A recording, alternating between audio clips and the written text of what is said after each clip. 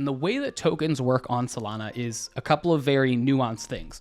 One is you have your mint itself. This is sort of, if you think of like a national currency, the US Treasury Department, in my case in the US, or whatever institution is responsible for issuing currency from a country or a nation state, that's what we have. We have this mint already created.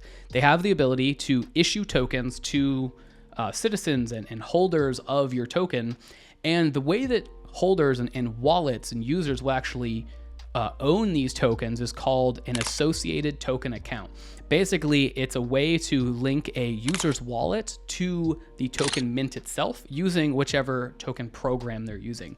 So it's actually a PDA, program derived address, that's derived from the user's wallet, the token mint itself, and then the token program that the mint was created with. So we need to go ahead and create a user's ATA. And the user might already have an ATA, the associated token account already created, and you could fetch that from the blockchain and sort of check if they already have it. But there's actually a way better option. There's an instruction in the ATA program that will create the associated token account. It's called create associated token idempotent.